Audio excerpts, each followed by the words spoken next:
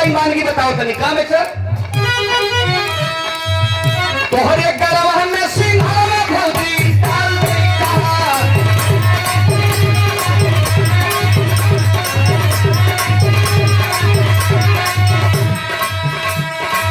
कम पर तो बोला यौरी मोहली यही का कम पर तो बोला यौरी मोहली यही का तोहरे गलवा में सिंघा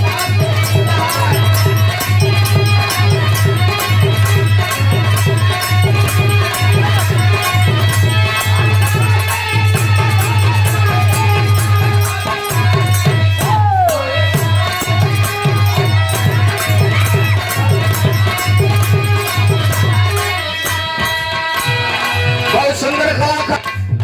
तोहरे लहंगवा में रंगवा भौजी डाल देता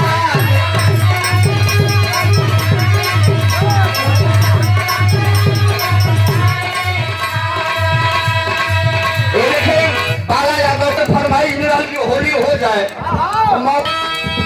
तोहरे लहंगवा में रंगवा भौजी डाल देता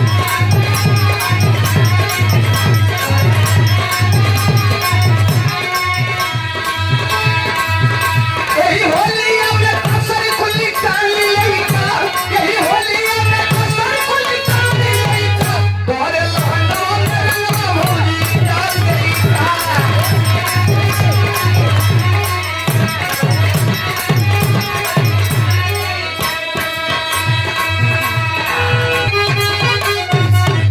यूट्यूब चैनल पर तमाम गीत हमारा आप लोग सुनत हुआ सबसे पहले स्टार गायिका अंशिका कुशवाहा जी मंच पर मंचासीन है बहुत बहुत मैं इनको धन्यवाद देना जिस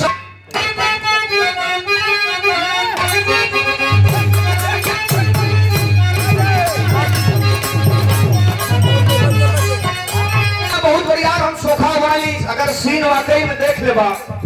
कितना जाने तो ऐसे ही पहुंच गया धार कपूर अगर बच्चे लेके भैया सासों को सोखा हुआ देख लेता बड़ा तकलीफ में है हम कहे ऐसा बात ना भैया कोई एंटरटेनमेंट बदे हा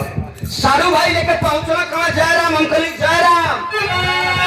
कहा की बतावा इतना बढ़िया तू सोखा तोरे रहते हुए साला अगर हमारे परिवार परेशान रहा और ऐसा रिश्तेदारी रहला तो कवन काम हम कले रे मर्दवा ही बतावा साला 36 को देवता हम खुजले है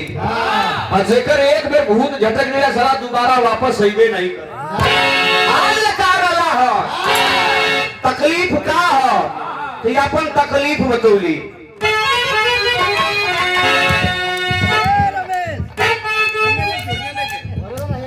हाँ हाँ ले ली का